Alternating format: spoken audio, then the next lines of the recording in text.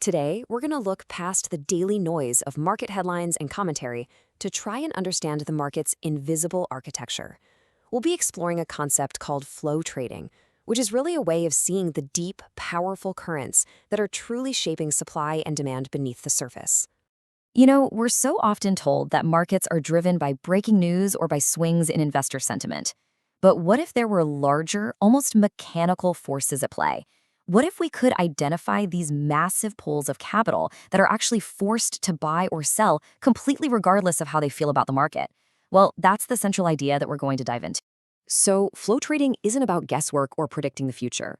It's about identifying these huge, systematic players, think giant funds, and then understanding their rule books. See, they don't trade on a whim. Their actions are dictated by their own internal mandates or complex risk models. By understanding those rules, we can begin to anticipate their behavior. To help navigate this topic, here's how we'll map it out. We'll start by looking at the market's invisible rivers, beginning with the two primal currents that define all flows. Then we'll profile the constant players who create those currents and the calendar-driven floods that show up from time to time. And finally, we'll put it all together to create a new kind of map for looking at the markets. At the very heart of this framework is a simple but really powerful distinction.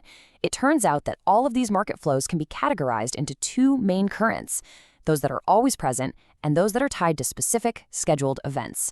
Understanding this division is the first and most important step. Let's use an analogy to make this clear.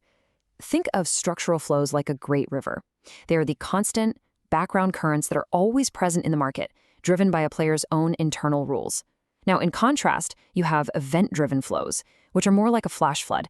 They're temporary but powerful surges that are tied to specific dates on a calendar, like an index rebalancing. So one is persistent and the other is punctual. All right, so let's start with that river. We're going to profile some of the major players whose actions create these constant, structural flows. These are the participants whose very existence generates a steady, underlying current of buying or selling, day in and day out. So first up are the commodity trading advisors, or CTAs. These are large, systematic, rule-based funds. Their core strategy is trend following, which simply means their systems are designed to buy assets that are rising and to sell assets that are falling. They operate across everything: stocks, bonds, currencies, commodities, and crucially, they adjust how much they're invested based on market volatility. And because their models are always running, they are a constant, ever-present force that tends to reinforce market trends. Next, we have option dealers.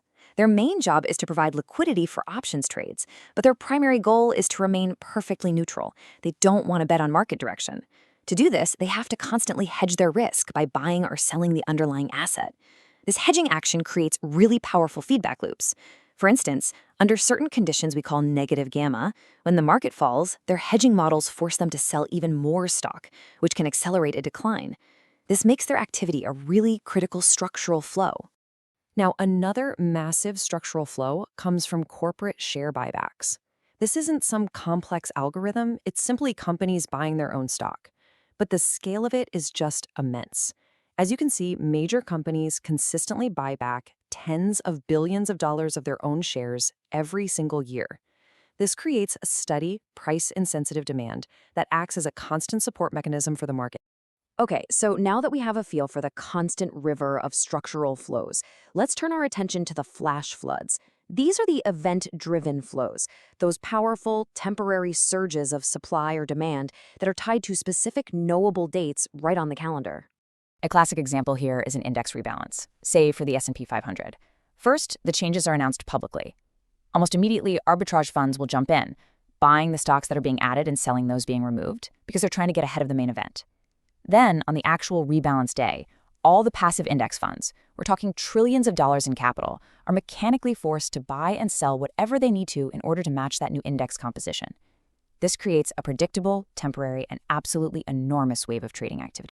So we have these two types of flows, the constant river and the scheduled flood.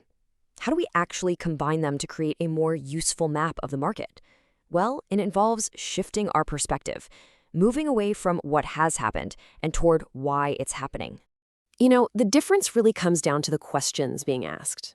Traditional technical analysis studies the aftermath, the footprints left behind in the price chart. It asks what happened. Flow analysis, on the other hand, studies the cause, the forces that are creating those footprints. It asks, why did the price move? Who was forced to trade? And when might they be forced to trade again? It's a fundamental shift from reading patterns to reading the rules of the market's biggest players. So how do we make this practical? While there are a lot of flows you could track, we can simplify the environment quite a bit by focusing on two key structural variables. The first is momentum, which gives us a hint about the direction of those trend-following players like CTAs.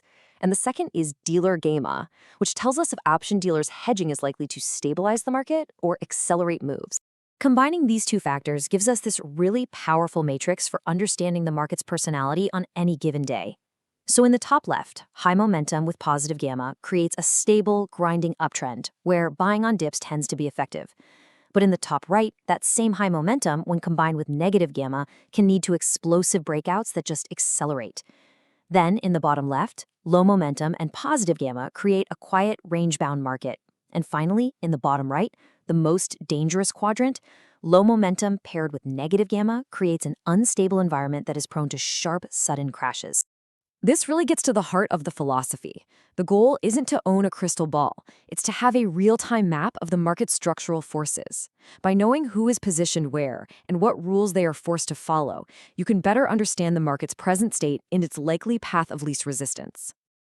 And this brings us to a final question to think about. Are you watching the random, unpredictable waves of daily price action, or are you starting to see the powerful, predictable tides that are driving the entire ocean beneath? Flow trading is really about a fundamental shift in perspective, from simply reacting to the noise to truly understanding the structure.